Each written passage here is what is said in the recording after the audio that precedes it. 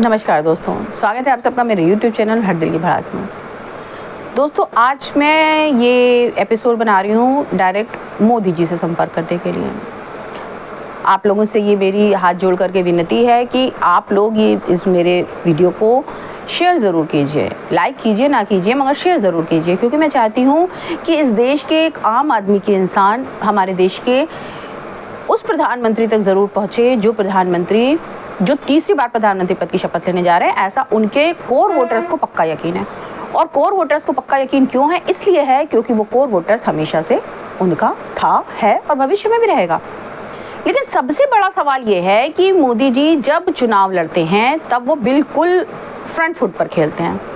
वो खुल करके बोलते हैं कि भाई कांग्रेस जो है वो मुस्लिम्स की पार्टी है और भाजपा जो है हिंदूज़ की पार्टी है, और हम हिंदूज़ विश्वास भी करते हैं। हम हिंदूज़ तन मन धन से उनके लिए समर्पित रहते हैं। हमारा डाटा हम अपने पैसे से खरीदते हैं। हम उसे अपने एंजॉयमेंट के लिए यूज़ ना करके मोदी जी के प्रचार के लिए यूज़ करते हैं। कोई मेरी जितनी भी सोशल साइट है उठा करके देख ले कि मैं उन पर अधिकतर मोदी जी के फेवर में ही लिखती हूँ, और जो मेरे मित्र इस समय उनको क्रिटिसाइज़ करते हैं मैं उन पर जाकर के टिप्पणियाँ करती हूँ कि ये जंग का वक्त है, ये चुनाव का वक्त है, इस समय आप अपने सेनापति की टांग मत खींचिए, इस समय उस पर यकीन करिए। लेकिन जब शांति काल चल रहा होता है, जी हाँ, डेमोक्रेसी में जो चुनाव का काल होता है वो युद्ध काल होता है, और जो वैसे 5 साल पूरे शांति काल होते हैं। शांति काल में जब वो ये प्रश्न उठाते हैं तो मैं एकदम निरुत्तर हो जाती हूँ। मेरे पास जवाब नहीं होता है कि जब वोट लेने के लिए मोदी जी खुलेआम हिंदू और मुस्लिम कर सकते हैं, तो मदद करने के लिए वो क्यों हिंदू और मुस्लिम नहीं कर सकते हैं? फेवर लेने के लिए वो क्यों हिंदू और मुस्लिम नहीं कर सकते हैं?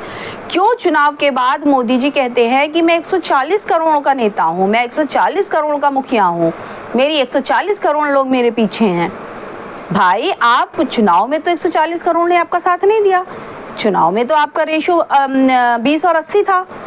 तो फिर आप ये चुनाव के बाद क्यों भूल जाते हैं?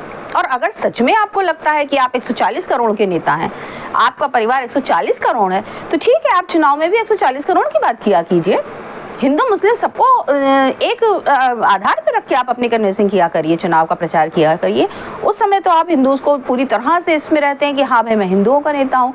और आपने बहुत पहले गुजरात के लिए कहा भी था कि मैं हिंदू हूँ और मैं हिंदुओं की राजनीति करता हूँ। लेकिन अफसोस की बात है कि जब चुनाव निकल जाते हैं तो आप कभी भी हिंदू की राजनीति नहीं करते हैं। मैं मानती हूँ आपने हम हिंदुओं के लिए बहुत बड़े बड़े काम करे हैं, जिसमें से राम मंदिर के लिए पूरा हिंदू जगत आपके एहसानों तले दबा हुआ है, और आने वाले बहुत समय तक वो दबा रहेगा। इतिहास में आपका नाम स्वर्णिम अक्षरों में लिख दिया गया है।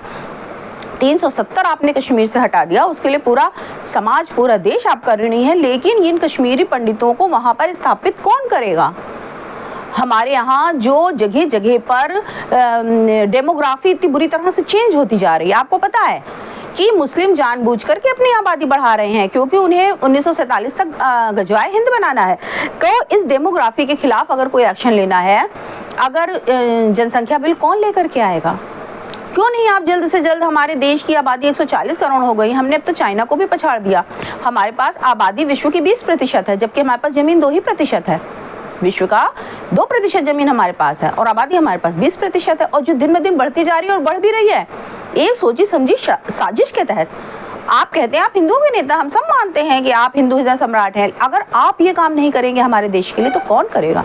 मुझे तो आने वाले किसी पर इतना ज़्यादा एतबार नहीं है। हाँ, योगी बाबा पर है, लेकिन योगी बाबा अभी इतने ज़्यादा एक्सपीरियंस नहीं है, अभी उन्हें इतना ज़्यादा अनुभव नहीं है कि उनको देश का प्रधानमंत्री बना दिया जाए। ना ही उनकी इतनी बड़ी साख है अभी पूरे भाजपा में कि आपके बाद उनको प्रधानमंत्री बना दिया जाएगा। तो आपके बाद कौन आएगा जो हमारे लिए ये करेगा?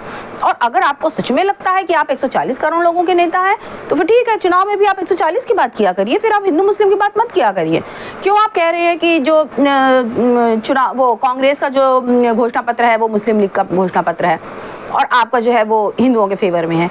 इसी चीज़ को आप इलेक्शन के बाद भी इस बार याद रखेंगे, कुछ ऐसे ठोस कदम उठाएंगे कि जो हमारे आने वाले समय में कम से कम हमारे देश को हिंदू राष्ट्र रहने देगा। और उसके लिए सबसे बड़ा कदम ये है कि जो हमारे यहाँ, हमारे देश में जानबूझ के जगह जगह डेमोग्राफी चेंज करी जा रही है, जगह जगह केवल मुस्लिम्स का ही आधिपत्य स्थापित होता जा रहा है, जो ये वक्फ बोर्ड के खिलाफ, वक्फ बोर्ड को जो इतनी सारी पार्ट मिली हुई है जो कांग्रेसियों ने दी थी, तो कांग्रेसी तो है ही है उनके कहना चाहिए बूट लिकर्स, वो तो वोट के लिए हमेशा से उनके तलवे चाटते आए हैं। लेकिन अगर आप नहीं चाट रहे हैं तो आप हिंदुओं के फेवर में ये तो करिए। आप वक्फ बोर्ड से सारे अधिकार कब छीनेंगे? आप देश में ये जो जनसंख्या इतनी ज़्यादा मुस्लिम्स की बढ़ती जा रही है, वो भी एक मकसद के तहत, उसे आप कब रोकेंगे? कब आप जनसंख्या बिल लेकर के आएंगे?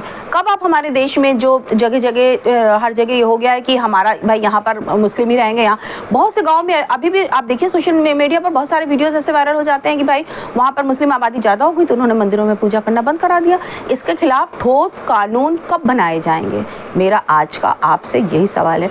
उम्मीद है कि अगर मेरा वीडियो आप तक या आप उन लोगों तक पहुँचा जिनकी पहुँच आप तक है, तो आप इस मामले में ज़रूर संज्ञान लेंगे और मुझे उम्मीद है कि अपने थर्ड टर्म में इससे रिलेटेड कार्यवाही करके जाएंगे। जय हिंद, जय श्री राम।